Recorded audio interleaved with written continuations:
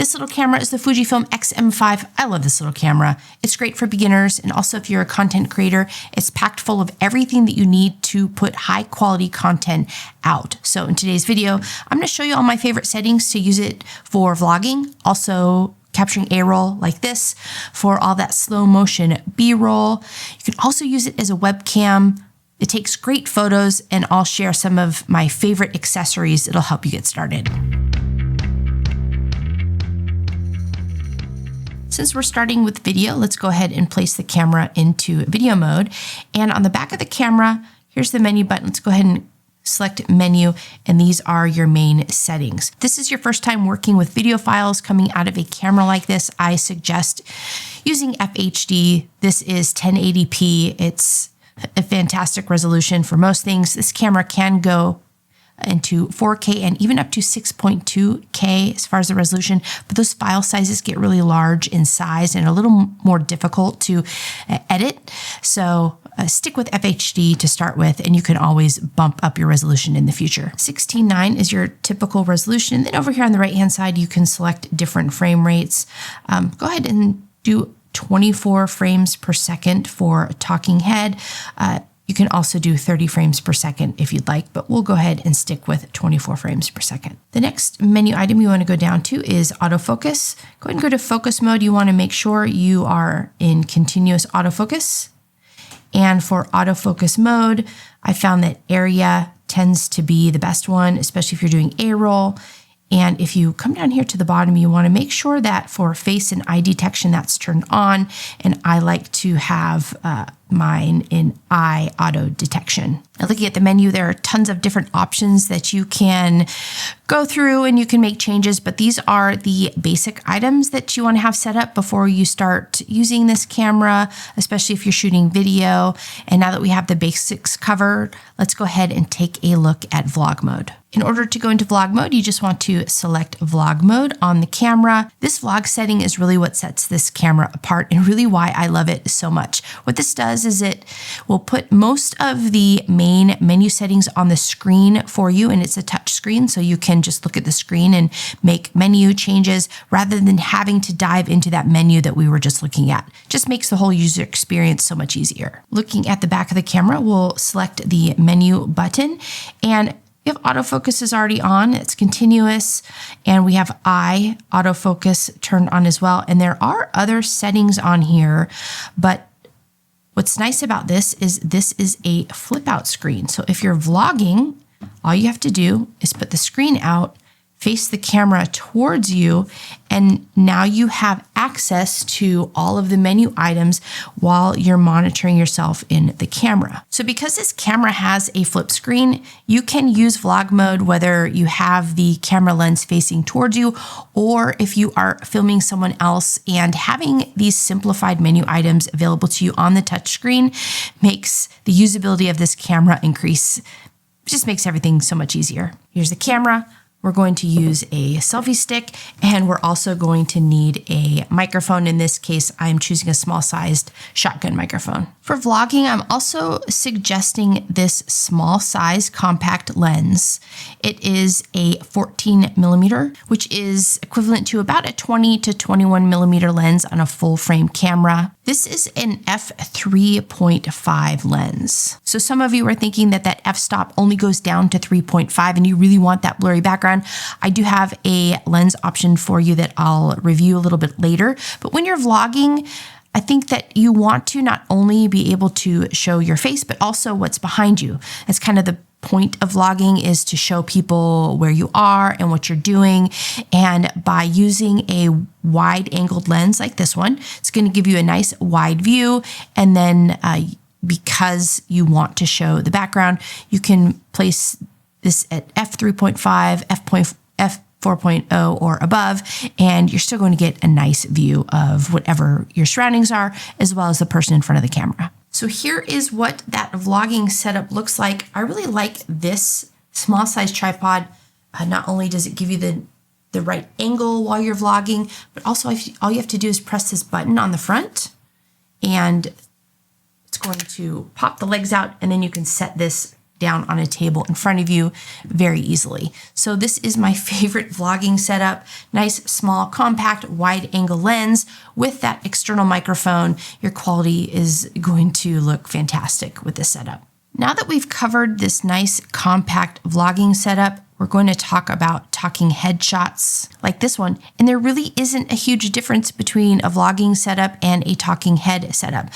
So although with this camera, you do have the option of just going into video mode or going into vlog mode, because I'm still going to be in front of the lens, I'm going to continue to stay in vlog mode, but I'm going to change the tripod setup only. You have a couple of options here. You either have a tabletop tripod or just a regular size tripod. I really love these two tripod options from Benro. And then you can still use this 14mm lens, but I know a lot of people like to have a blurry background. So I'm actually going to recommend this 16mm f1.2 by Sirui. This lens is going to make things feel a little larger, but it's still so nice and compact.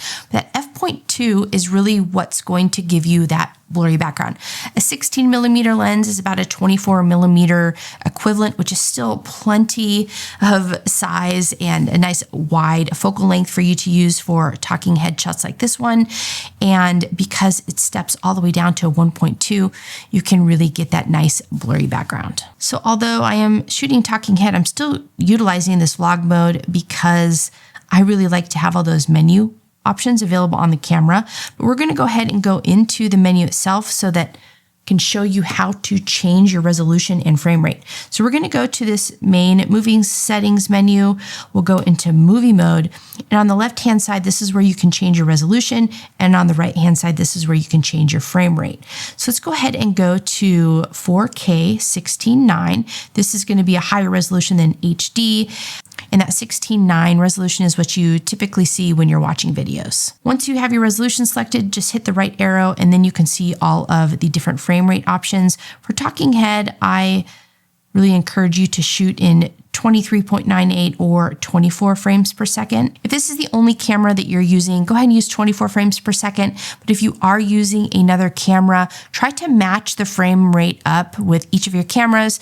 And so that's why Fuji does give you some extra options here, because not all cameras will shoot in exactly 24 frames per second. Most of them will do 23.98. And then that way you can match your frame rate for using multiple cameras. Once your frame rate is selected, let's go ahead and back out of the menu.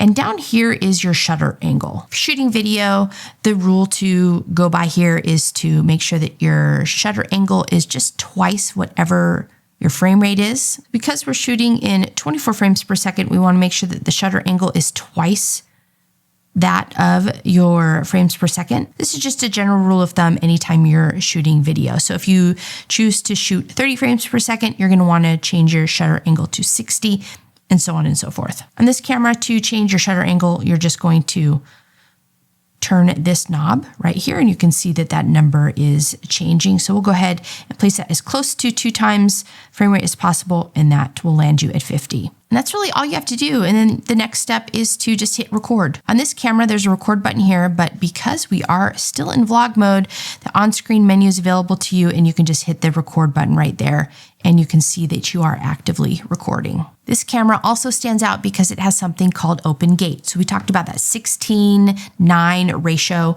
that you can shoot in terms of the size of your frame. You can also shoot in a 3:2 ratio. This is going to look more like a square. And if you want to shoot landscape and vertical footage at the same time, then I'm going to recommend that you use full frame on this camera. So for full frame, we'll just go back into menu. We're going to go back into movie mode, hit select, and we're in 4K 16:9 right now. We're actually going to bump this up to 6K 3.2. And over here on the right-hand side, you're going to notice that you can shoot in 24-ish frames per second or 30 frames per second. You'll notice that in open gate on this camera, you cannot shoot in 60 frames per second. So you're going to want to use this just for the talking head portion of your video. Just be aware that it will only go up to about 30 frames per second. I'm choosing 6.2K 24 frames per second, and we are in open gate. And again, this just gives me the flexibility to shoot both landscape and vertical footage at the same time. So when I place that footage into my editor, I can reframe the scene however I want for whatever platform I'm going to post my content to. And finally, for slow motion, we'll go back into the movie mode. And if you remember, I can only go up to 30 frames per second in open gate. So I'm going to actually go to 4K 16:9. And if I see all of the options over here, I can move this camera up into 60 frames per second. I'm selecting 4K as my resolution, but you can also shoot slow motion in HD. And again, I do recommend that you shoot in HD or 1080p if you're new. These slow motion files are going to be even larger in size. So again, if you're not used to handling large size files on your computer when you're editing, then go ahead and stick to HD. But 60 frames per second is plenty to create nice slow motion video footage. And when you upload it to your editor, you can slow that down upwards of 40%, and it'll still look nice and smooth while you're playing everything back. If you're really wanting your audio and video to stand out on conference calls, then I highly suggest using this camera to do so. You can either keep the microphone on top of the camera, or you can plug the microphone directly into your laptop, which is why I love this small size microphone. Now, the other key piece is you want to make sure that you are in 1080p or that FHD setting. So we'll go up to FHD 16:9. You're going to shoot in 30 frames per second when it comes to using this camera for your conference calls. The reason why you want to put it back into 1080p is because if you're shooting in 4K or 6.2K, the probability of this camera overheating during your conference call is going to increase. So always use this camera in 1080p or FHD mode if you are using it for conference calls. For capturing photos, I'm recommending this Fuji 35mm f1.4. 35mm is really close to a 50mm lens, and that f1.4 again is going to give you the ability to step that f-stop all the way down and get a nice blurry background. This is great for product photography, for headshots, for most photography, and then if you don't want that blurry background, you're just going to adjust your aperture to a higher number. When it comes to taking photos, I actually prefer to use aperture priority.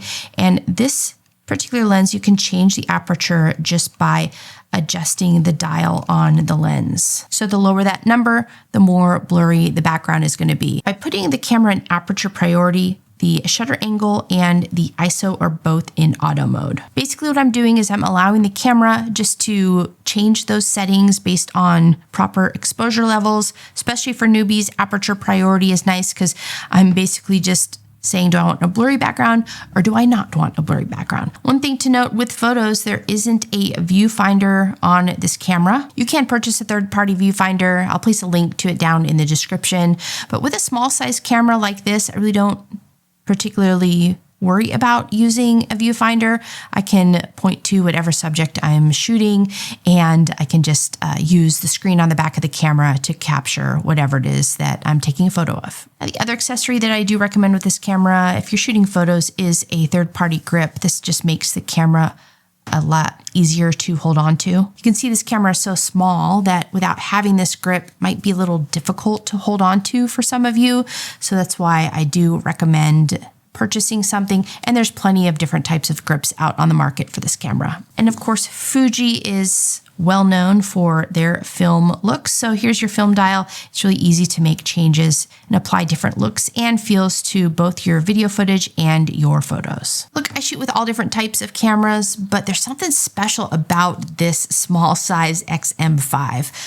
All of the lenses that I shared with you today are in about the $200 to $300 range. You can get up and running with an SD card and everything with this camera for about $1,500 or less. And of course, there are plenty of other lens options available out on the market, but these lens options are my favorite ones.